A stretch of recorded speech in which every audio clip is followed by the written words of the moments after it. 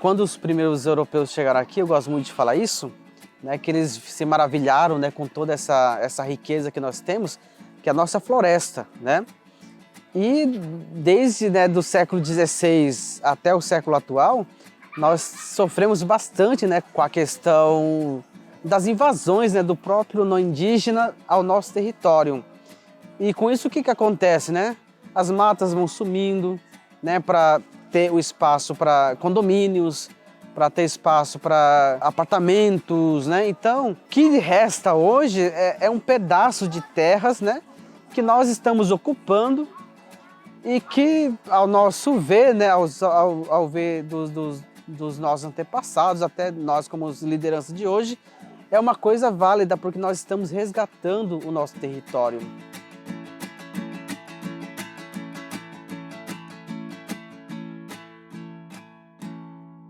Gostaria de trazer um pouco também da situação da retomada em Anderecoá.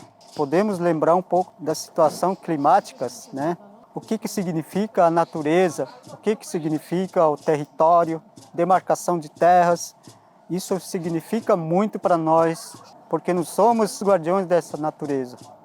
Então, por isso, a nossa ocupação é importante para nós proteger a nossa natureza, a vida da natureza, os animais, é importante para nós. A floresta, ela se conecta com o nosso espírito, e o nosso espírito, ele se conecta com a natureza. E essa ocupação, ela reaviva, né, todo essa vida, né, que ao longo do tempo se perdeu. Então, na verdade, seria um modo de resgate da própria natureza, né, que isso quem faz são os povos indígenas.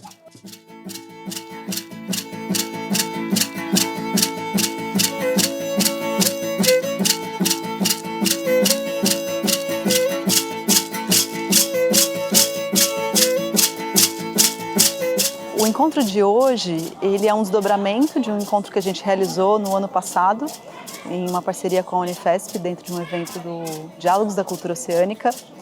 E ele traz um grupo de pessoas de diversos lugares, vinculados à universidade, à prefeitura, às lideranças indígenas de várias aldeias aqui da Baixada, coletivos que trabalham com a questão indígena, com a questão socioambiental.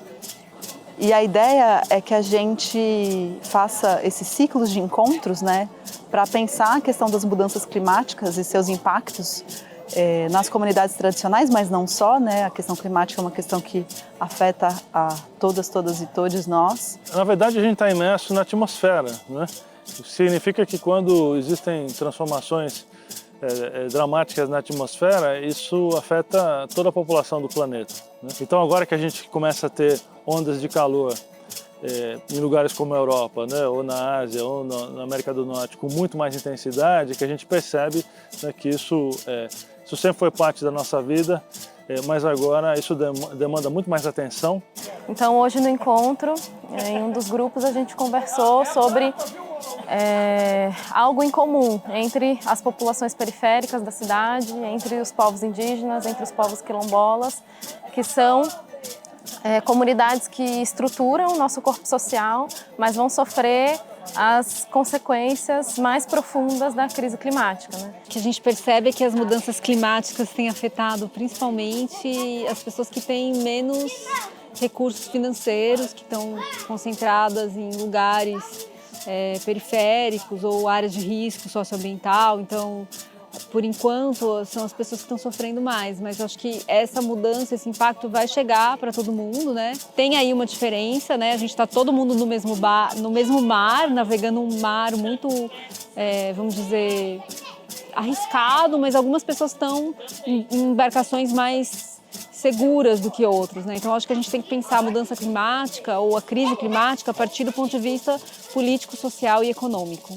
Então, no geral, eu vejo que a crise climática ela aprofunda o empobrecimento de povos que sustentam comunidades e sistemas produtivos, mas que não são valorizados nem em recursos financeiros, nem em direitos sociais, civis e políticos. Esses povos que não contribuíram com o problema tendem a ser afetados de maneira muito intensa. Isso é uma questão que é chamada de justiça climática. Ultimamente estamos sofrendo bastante com a questão do clima mesmo.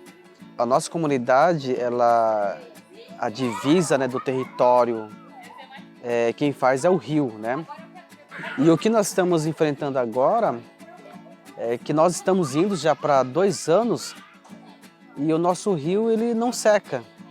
E vemos que esse problema é um problema climático, né? Porque não é mais como antigamente, né? Que chove no tempo de chuva, que faz sol, né, no tempo de sol. Agora é tudo diferente, né? No tempo de sol tá fazendo chuva. Outra coisa que a gente tem o problema é a questão do descarte de lixo, né? Que o pessoal da cidade sai, né? Pega os lixos de suas casas e vão depositar nas estradas onde é a nossa comunidade. Aí atrapalha mais ainda o leito dos rios.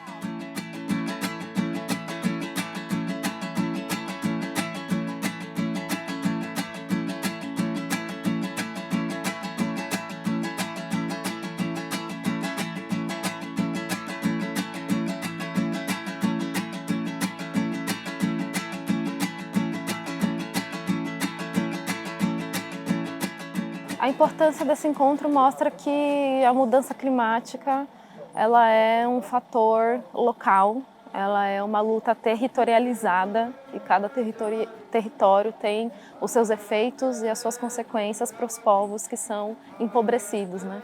Às vezes a gente pensa a crise climática como o urso polar lá no norte gelado, né? Mas na verdade a crise climática está aqui do nosso lado. Então acho que esse localismo, a gente pensar o que é local e que a potência desses encontros pode construir aí também saídas e pontes mais fortes. É possível que soluções sejam construídas com base no diálogo e mais importante que isso ainda, que simplesmente pensar em soluções, né? Talvez o que o mundo ocidental precisa são novas formas de sentir e perceber o mundo. A fronteira entre os povos da cidade e os povos indígenas aqui na Baixada Santista se aproximem, né? Existe uma fronteira, mas estamos nos aproximando.